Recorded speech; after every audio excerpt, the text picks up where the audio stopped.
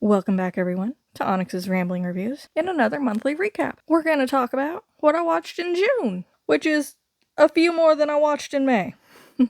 Finally had a bit more time to watch some things, so let's start. I'm going to tell you what movies I watched and which ones I really liked too. At the end of this, I might tell you my least favorite movie from this month and my favorite movie from this month. I don't know if I'll count rewatches in this. We might. We'll see. The first movie that I watched this month, or last month, was Tuner. The main actor in that, I kept thinking it was Dacre Montgomery. It's not. My brain would not. In my brain, I knew it wasn't. My brain could not connect that it wasn't Dacre. He looks so much like him. It was a really interesting movie too. He's not deaf. Here's the thing. He's not deaf. He has really sensitive hearing. So he's really good at tuning pianos, I guess. Because he is a piano tuner. That's where you get the name tuner from. But because of his sensitive hearing, he can hear the click thing in safes. So he kind of gets into some sketchy business, cracking safes for some unsavory people. Didn't expect to like it as much as I did. It was really interesting.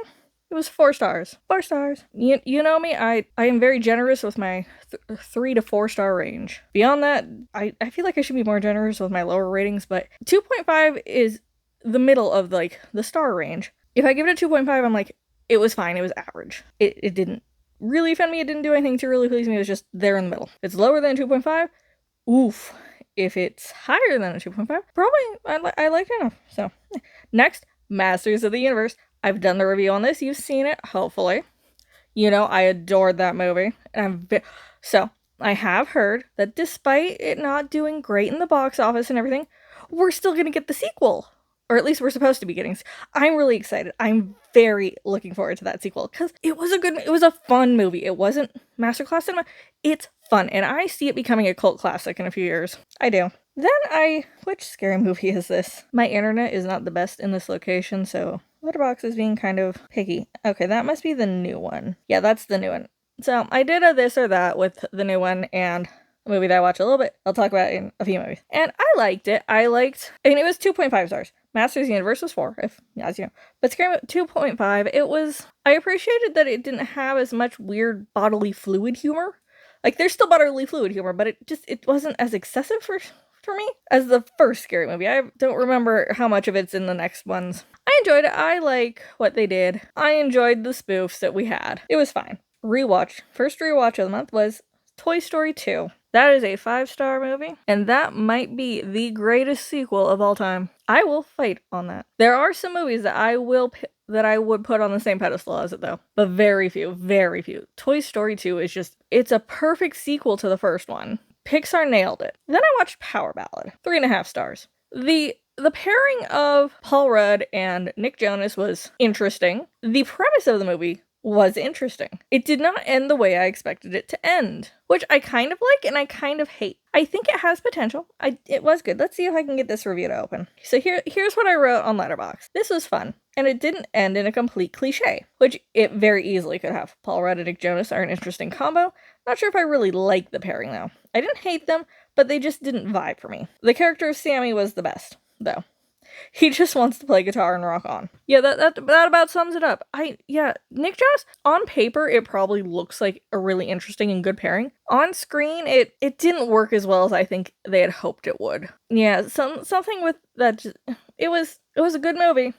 I like the idea. I think I would have either swapped either Nick Jonas or Paul Rudd. I would have kept one of them, but not both. That's my personal thing. Next up, Stop That Train, which is what I did the this or that with Scary Movie on. That one got 3.5 stars. Loved it. I love RuPaul. She is fabulous. And she got cute shoes.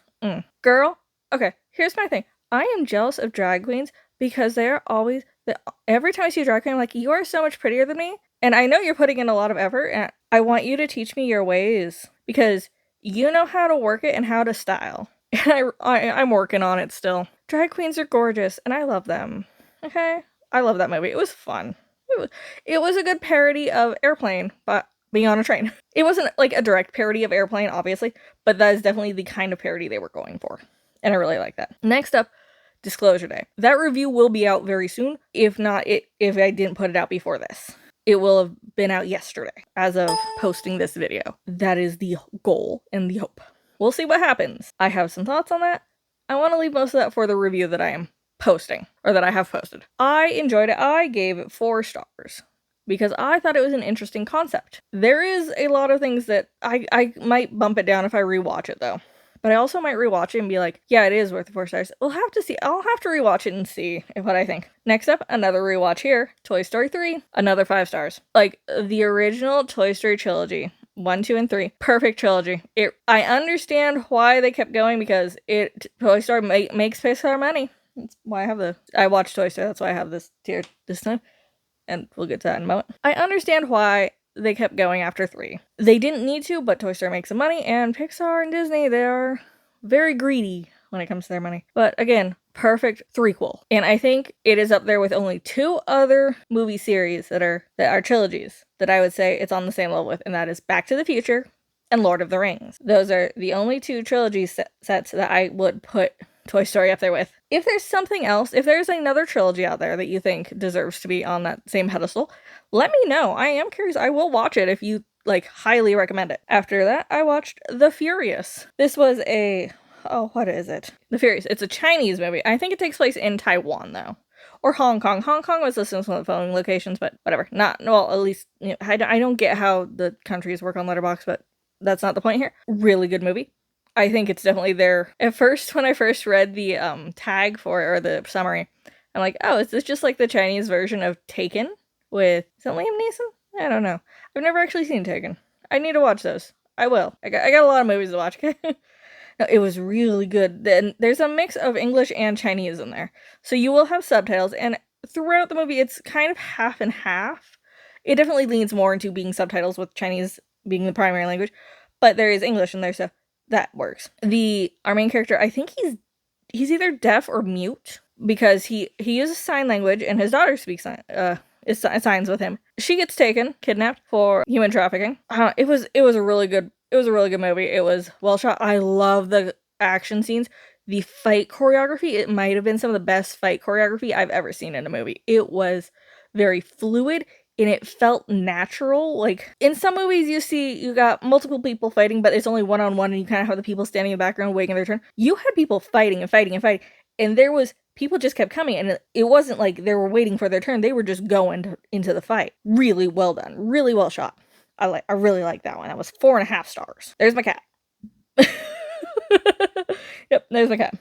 After that, Toy Story 4, 4 stars. I think Toy Story 4 is the weakest out of all of the Toy Story movies, and that includes Toy Story 5, which we'll get to. I understand what they wanted to do here, but it didn't work. I don't think it was the right send-off for Woody, which is what they were trying to do. I don't think it really set up Buzz and Jessie to be the next, 2 big main focuses of the next coming movies. And it reintroduces Bo Peep. I think it would have been more interesting to see a movie about how Bo Peep got to that point instead of what we did get. I do like the character of Gabby. Is her name Gabby? I do like her character, and she does get a good ending. Woody still... Spoilers for Toy Story 4 here. He does still lose his voice box, but I don't think that really affects him that much. I think it's a fine movie. They also introduced Forky, and then it's still, he's not even really, the main character or anything. It's not the best. And then I saw Toy Story 5. 4.5 stars. It was definitely better than Toy Story 4. And I really like the message that you need to limit your kids' screen time, and you need to include, actual toys and actual play into their development and as they're growing up. I do not have children. I probably never will. That is a whole other story for another day. I'm not great with kids, personally. I also see, we shouldn't be be giving them screens to distract them. That's not parenting. Parents should actually parent their child and be involved in their development and their growth growing up, and just giving them a screen to distract them is not that. And there's a reason kids have some issues connecting with people these days, and it's sad. Let kids play with toys. Don't just give them screen time. Limit the screen time. They're allowed to have... I'm not saying you don't give them screen time. No, I'm not saying that.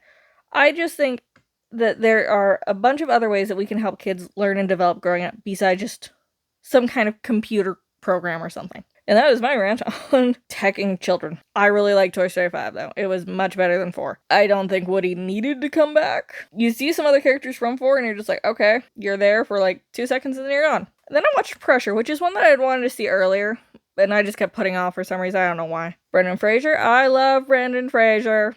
I adore Brendan Fraser. Who else was in this? Is my review gonna load? I don't know if my review is gonna load. Let's try it again. Sometimes it works if I click it and then I go back. No, I didn't write down who the other actor was.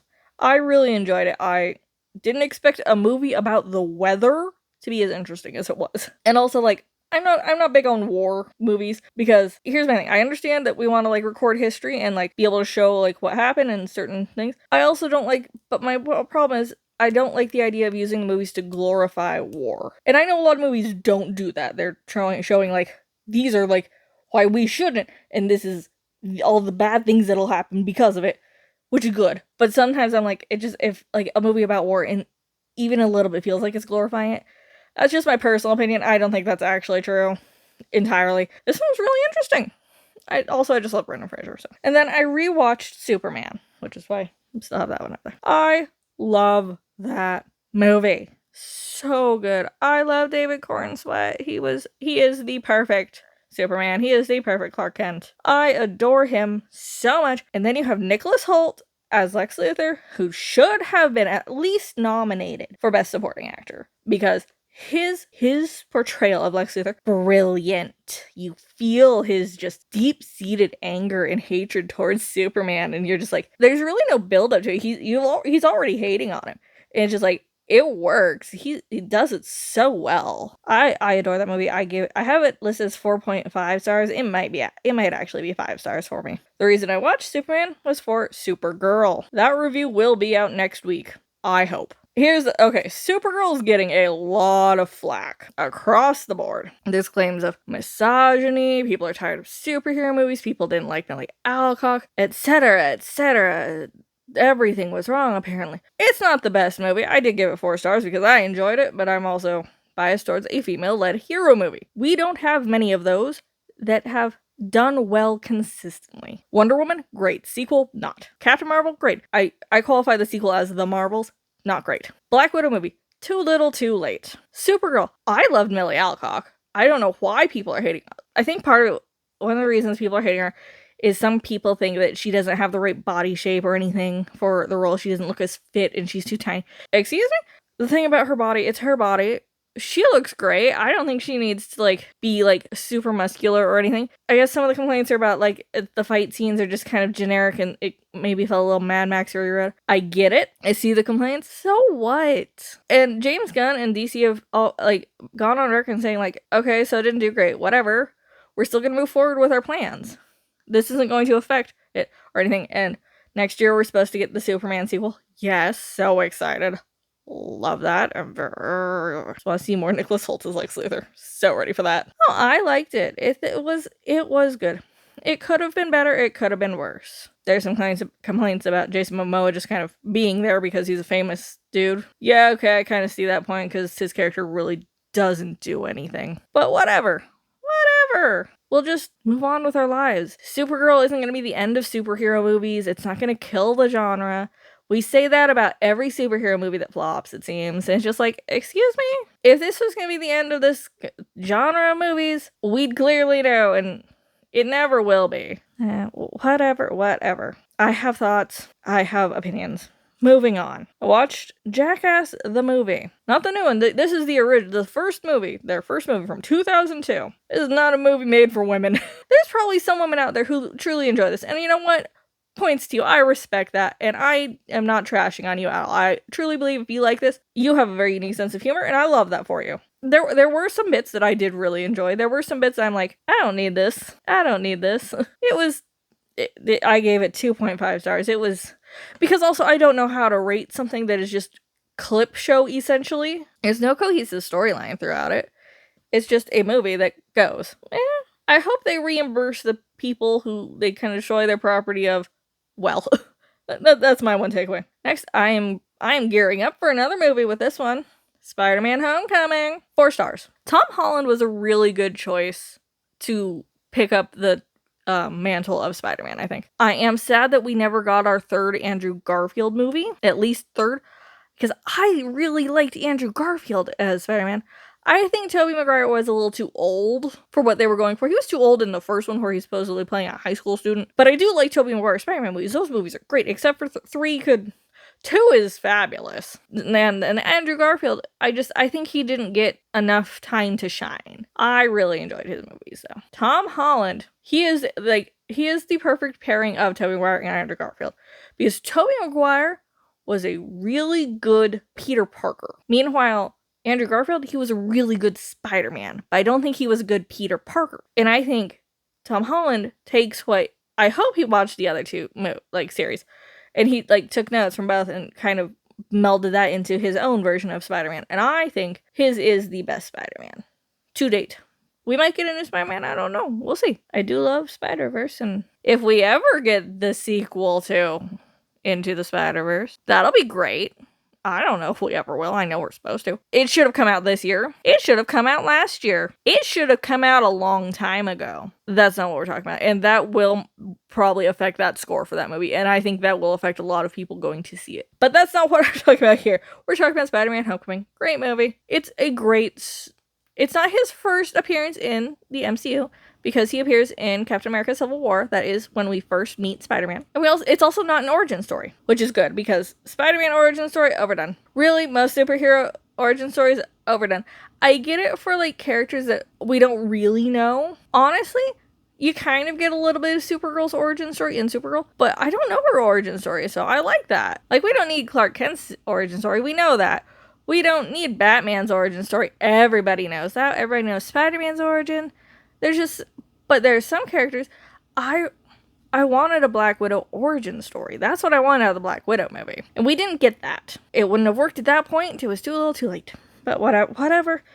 I have opinions on things, and I'm going off today. I am soapboxing on things. I don't know why I am, but whatever. And then 2 more movies for this month. I went to a mystery movie Monday. I'm not AMC here. I am Regal, so we have mystery movie Monday versus, I don't know what they call it at AMC actually. But our mystery movie Monday, I knew it was rated R, and I kind of had the length of time, or an estimate. I went in, I thought it might have been The Invite. It was not The Invite. I am looking forward to that movie though. It looks interesting. What's funny, my husband and I walk into the theater. We've already purchased our seats and our tickets through the app. And I see an ad show up on one of the poster screens, because we don't get real posters anymore now. It's just all digital. But one of the screens is just Gail Daughtry and the Celebrity Sex Pass. And I look at that, I'm like, that sounds interesting. We should go see it. That was the movie we went to go see. 4.5 stars, and I liked it. Okay, if you think I'm very particular about giving out 4.5s and 5 stars, me liking something on Letterboxd is even more rare. I will give it 5 stars, but that doesn't mean I liked it. I just thought it was a good movie. A really good movie. But I will like something okay, to be fair, if I also really like something, even if it's not a great movie, I will give it 5 stars. I don't know where we'll land when I rewatch Sharknado for y'all, but we'll get there. But no, Gail Daughtry and the Celebrity Sex Pass. There is some... It feels like a parody without being a parody. There's some loose parody, a little bit implication of Wizard of Oz, a little bit. I think that's kind of where they're drawing some of their inspiration. There's a bunch of cameos through a bunch of celebrities. There's one at the end that just killed me. Also, I don't think I've laughed that much out loud in a theater in a long time. It was funny. It's not actually out yet. I don't know when it comes out. When it comes out, you guys need to go see Gail Daughtry and the Celebrity Sex Pass. So it is hilarious. At least to me it was. I loved it. It was so good. And then finally, for the end of Pride Month, I saw Leviticus. I did not get out to see Girls Like Girls. And if I had to pick between Leviticus and Girls Like Girls, I wanted to see Leviticus first, because I had heard more good things about that. Not that I hadn't heard any good things about Girls Like Girls, I just heard more about Leviticus. I think it's overhyped, personally. It was good. It was fine. It was a unique idea a little bit. I wish they had expanded on that more. And then there were points, it's a horror movie, but it's also a queer movie. And there are times I'm like, I understand that we really want to establish that this is gay romance. The gay romance is getting in the way of my horror movie. I am all here and all for the gay romance. Hell yeah. I want my horror movie though.